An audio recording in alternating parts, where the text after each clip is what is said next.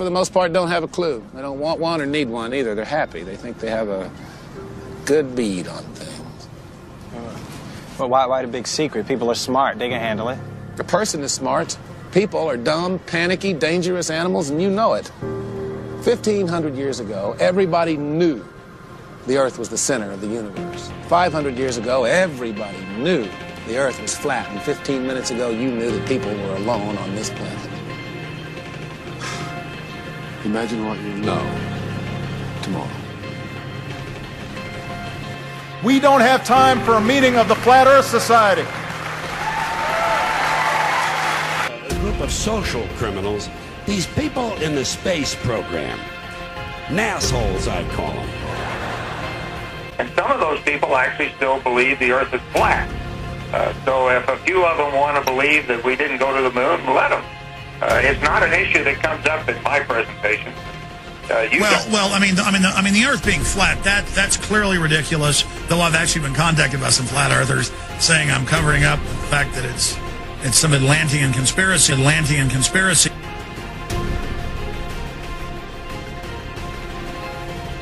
NASA. As you can see, we got a nice red serpent tongue coming through there. NASA. And there's the UN flag. Also the symbol of the flat Earth.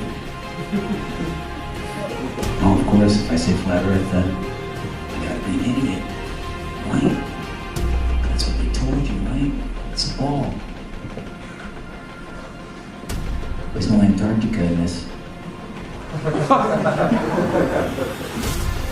It's cold out here. Yeah, it is. It's like the South Pole. It's like the deep South Pole, if there was one. There isn't, though. The Peters projection. It has fidelity of axis. Fidelity of position. East-west lines are parallel and intersect north-south axes at right angles. What the hell is that? It's where you've been living this whole time. The legislature recognized that there is a debate about whether the Earth is round or flat. No. And let's encourage critical thinking by saying there should be a legitimate debate between whether the Earth is round or flat. Because after all, any idiot can walk outside and see that it's flat. This is very important, what we're fighting for. Because I'm tired, I'm really tired of the manipulation. They do not tell the truth. They're liars. You get to read our history books. The history books are not true. It's a lie. That's right, my phone. The history books are lying. You need to know that. You must know that. Leroy Santa Claus kicks and deals. It's a long fly ball going back. And the ball shatters the sky, bringing the ocean itself down into the stadium. Oh, Simpson just broke this dream's reality wide open. Now there's going to be some comedians making jokes tonight, but I want to talk about the joke that's on you.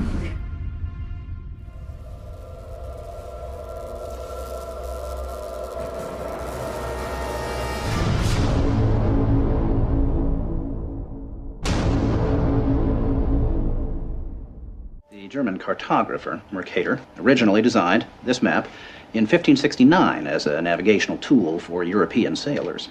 The map enlarges areas at the poles to create straight lines of constant bearing or geographic direction. So it makes it easier to cross an ocean. But yes, it distorts the relative size of nations and continents.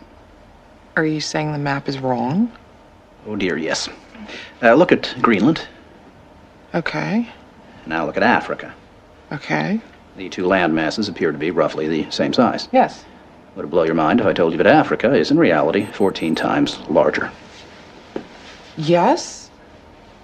Here we have Europe, drawn considerably larger than South America. When it's 6.9 million square miles, South America is almost double the size of Europe's 3.8 million. Alaska appears 3 times as large as Mexico, when Mexico is larger by 0.1 million square miles. Germany appears in the middle of the map when it's in the northernmost quarter of the Earth. Wait. Relative size is one thing, but you're telling me that Germany isn't where we think it is? Nothing's where you think it is. Where is it? I'm glad you asked. Okay, so here's the picture of the Earth from space. There it is. Since you were a kid, you've seen this image. But you've never seen it from that point of view. You know what? We adopted this whole model like 400 or 500 years before the airplane. 400 years before the airplane, pretty much. It was like beginning in the 1900s. They went to the North Pole in the 1900s. This is 1482.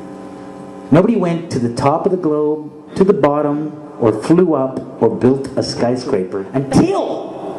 It's funny, back in the 60s when they went to the moon, this is the first time we actually had like an instrument of flight to actually go high enough to actually fucking check out if what we agreed to 500 years ago was real.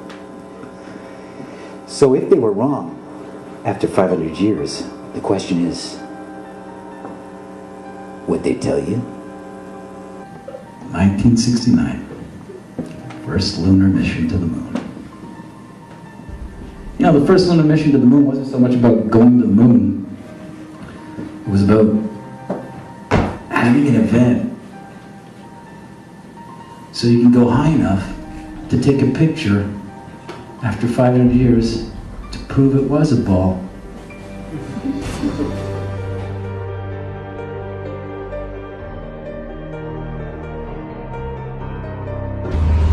And they had as king over them the angel of the bottomless pit, whose name in Hebrew is Abaddon, but in Greek he has the name Apollyon.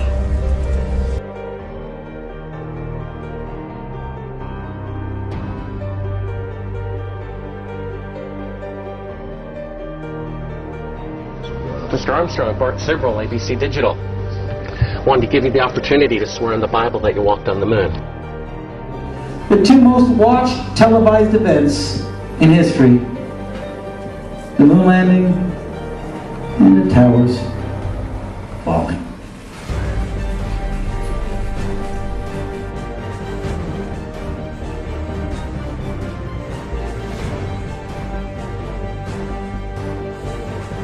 You have $5,000 cash. You can give it to charity if you swear on the Bible that you walked on the moon. I have the tape. That'd be fine. Why don't you swear to... Why not? Why won't you do it? And it's funny, when you click on Google Images, photo of the Earth, you'll see 40 pages on Google. But it's always the same fucking photo. For those that believe in the Bible does mention the edges of the earth, the four corners of the earth, and how Satan brought Jesus Christ to the top of the mountain and showed him all kingdoms of the world. How can Satan show Jesus all kingdoms of the world if the world is round? How can there be edges of the world if the world's a sphere? The Bible also mentions how the earth is immovable and is set on pillars. So for the believers that still believe in the ball earth, the round earth, got to reconsider. According to science and the satanic system, the earth is supposedly tilted at a 23.4 degree angle off vertical,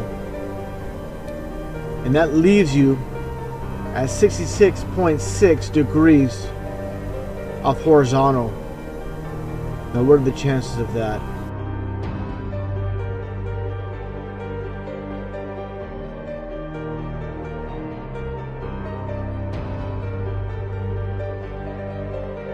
Moon landing, 8:17 p.m. Eastern Standard Time, 1969. Isaac Newton, 1666.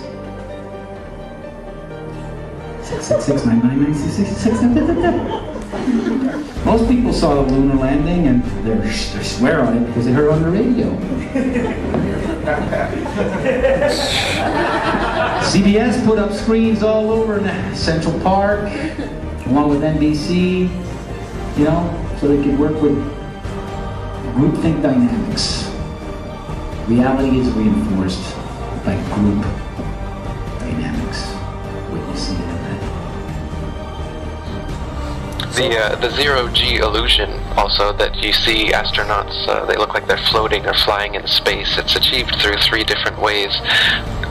One way is through zero-G planes. They're just Boeing 737s specially outfitted to do these parabolic maneuvers, where they do a parabolic, and then you have a zero-G like free fall state where it seems like you're floating for about a minute at a time. You can keep this going. The second way, when they're like at the fake International Space Station fixing things outside of it, this is done in a pool, in a dark pool. They're actually underwater, and you can see bubbles rising out of the pool, proving that they're in a pool in many of their spacewalks. So the outside space shots are done in the pool. The inside, most of the inside shots are done in zero-G planes, and then some of the longer inside shots are done with a green screen and harnesses, so they just kind of float on a harness in front of a green screen. And with these three methods, they're able to produce the zero-G effect that everybody thinks is them floating around in space.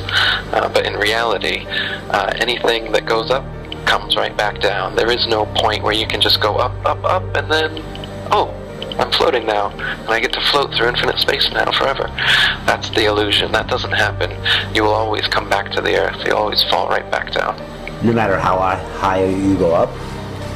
As high as any non-NASA source has gone.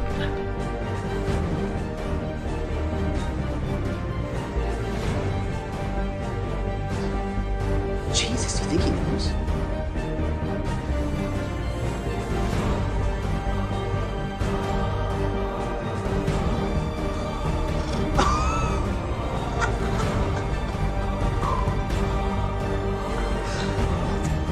I mean, it's proof right there. This is an official NASA photo of the first Apollo 11 lunar module landing on the moon. I mean, it's right there. This is proof, man. It's the picture's right there. It's landing on the moon. But the only problem I have with this picture is that it's taken from the moon. I don't know what the big deal was with being the first guy on the moon. It seems the camera crew was already there. Hey, all right. Do you see Photoshop?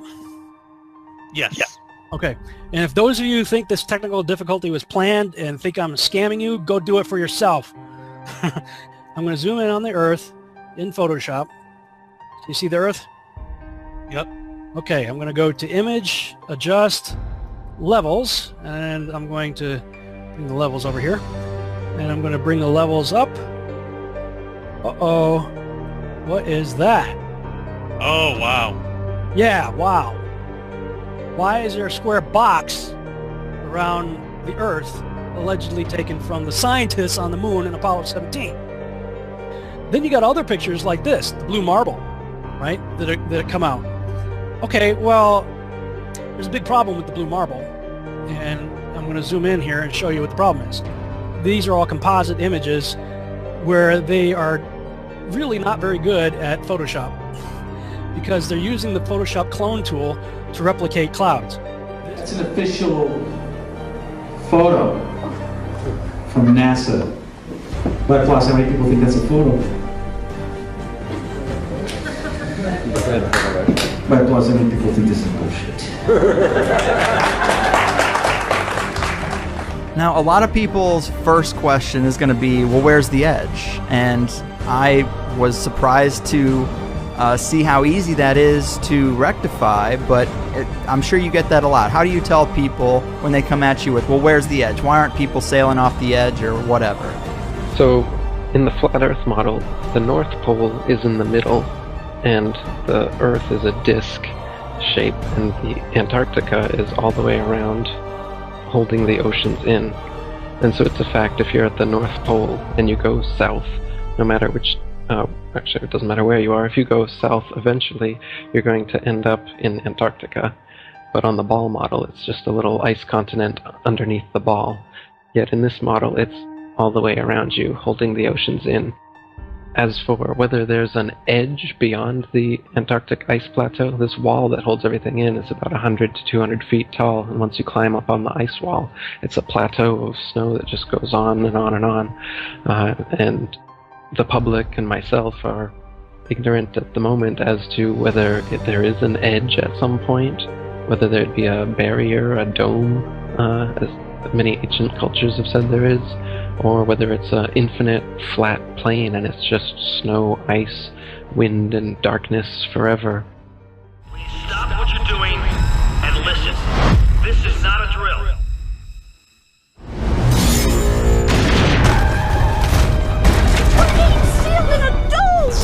Oh God! In, out! I can't tell you if what happened is an act of terror or an act of God.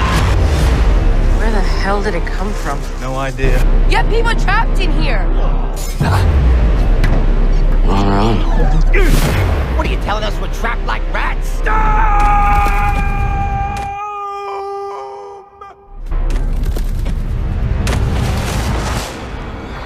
To prevent your poisons from spreading, your government has sealed you all within this dome.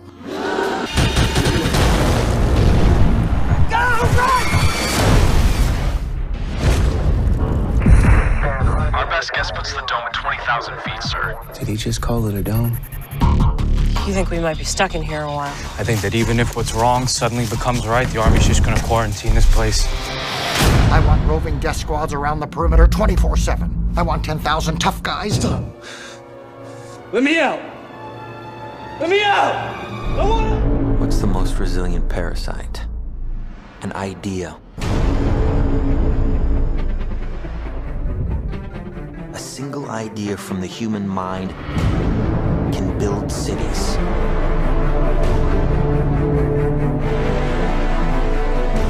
An idea can transform the world and rewrite all the rules. Which is why I have to steal it. Never recreate from your memory. Always imagine new places. He's hiding something, and we need to find out what that is. We gotta break out of here. Give him the kick.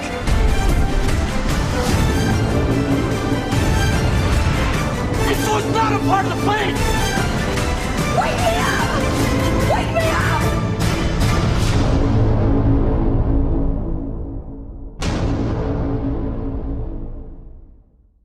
Is the whole flat Earth idea, is that a new idea? How long has this been around? No, the flat Earth was worldwide for thousands of years before this spinning ball Earth came around. The first person to think of the spinning ball Earth was also the first Freemason, Pythagoras of Samos. Most Freemasons trace their ancestry, if you will, back to Pythagoras as being the first Freemason. And that was 2,500 years ago. But his idea didn't catch on at all until about 500 years ago when Copernicus, another Freemason and Jesuit, wrote his book promoting this spinning ball Earth and concept. And then Kepler and Newton and Galileo, they took it from there, and now NASA and RASA and all the other space agencies, they're experts like Carl Sagan and Neil deGrasse Tyson. They're continuing this heliocentric spinning ball Earth gravity myth that's been going on for 500 years, and they keep adding on to it now. Now you've got a Big Bang and evolution and aliens, and come out and say they've found life on other planets soon. They've already given us fake pictures from Mars claiming that there's a pyramid and Sphinx on Mars, trying to cement this alien progenitor propaganda into us. So are you saying there are no aliens? Not in the sense of extraterrestrials, since there are no extraterrestrial places. Earth is the only material plane. It's a plane, not a planet. And the planets are just stars. What we call planets today were known for thousands of years as the wandering stars. They differ from the fixed stars in their relative motions only.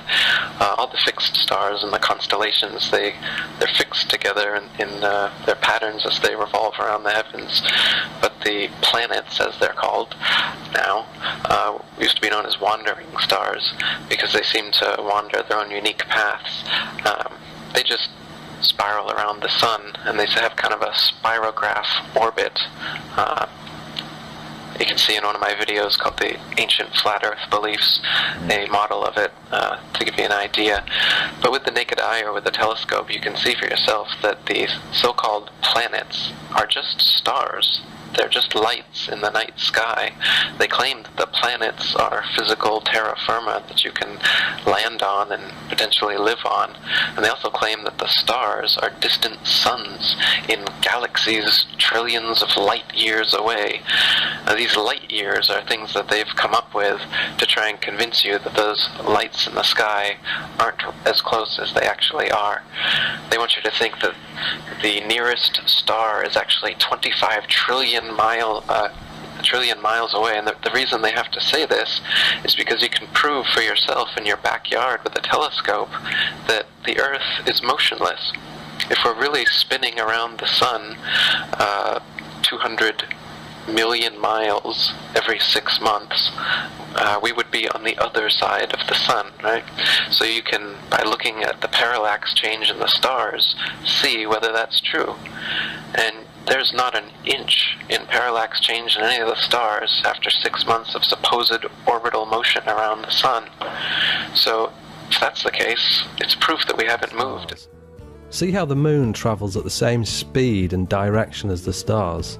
They all move together as one, and that's not possible if you believe the official narrative that the moon is a lot closer to the Earth than the stars. They'd all be moving at different speeds. This is the camera, is the Earth, and there's no way that those stars would move at the same speed and trajectory as the moon. Why all this deception? So what we've got now is a godless Big Bang, a nothing for no reason in no time exploded and created everything. And then a bit of the everything turned into self-replicating bits, and life spontaneously created, and order and intelligence and consciousness all came into existence. So we've got this cosmology that comes from nothing. It's atheistic, it's nihilistic. It makes it as though humanity and Earth and everything here is just a cosmic accident. It's purposeless, it's meaningless. That's why this kind of atheistic materialism is rampant nowadays, because this kind of metaphysics is what we're being taught.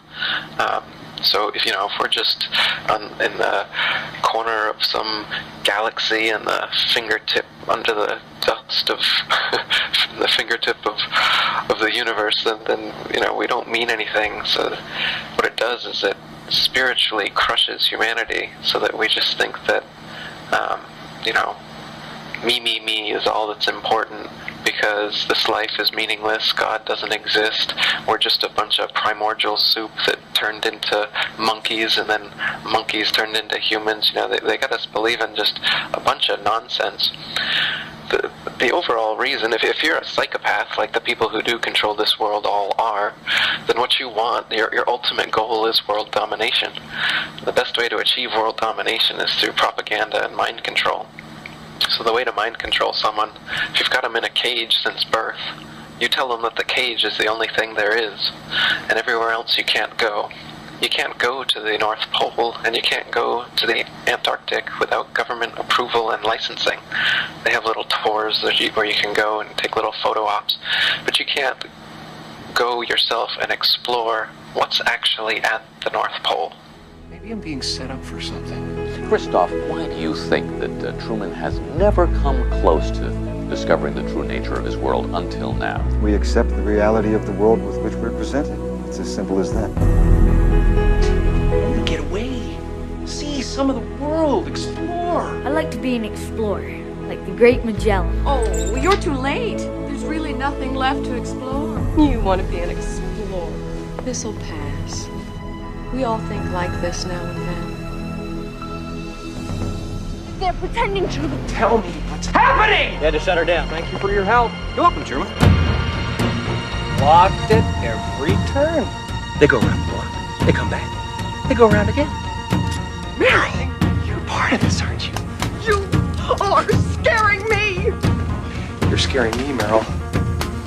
If his was more than just a vague ambition, if he was absolutely determined to discover the truth.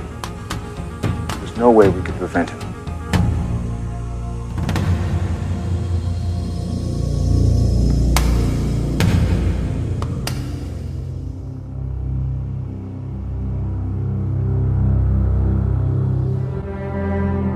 Hi, Christoph. I'd just like to say one thing. You're a liar and a manipulator, and what you've done to Truman is sick. Well, we remember this voice, don't we? How could we forget? Sylvia, you think because you batted your eyes at Truman once, flirted with him, that you know him? That you know what's right for him? Maybe I'm losing my mind. I've been your best friend since we were 7 years old, Truman. I know that feeling when it's like everything's slipping away, and the point is, I would gladly step in front of traffic for you, Truman.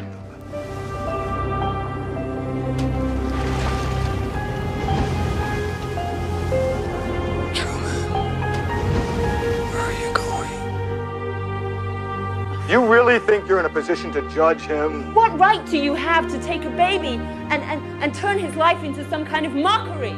Don't you ever feel guilty? Is that the best you can do? You're gonna have to kill me! I have given Truman the chance to lead a normal life. The world, the place you live in, is the sick place.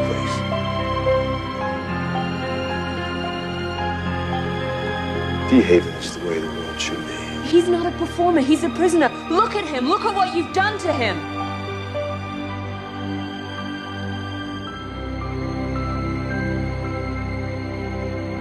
I think what distresses you, really, is that ultimately Truman prefers his cell, as you call it. Well, that's where you're wrong. You're so wrong, and he'll prove you wrong.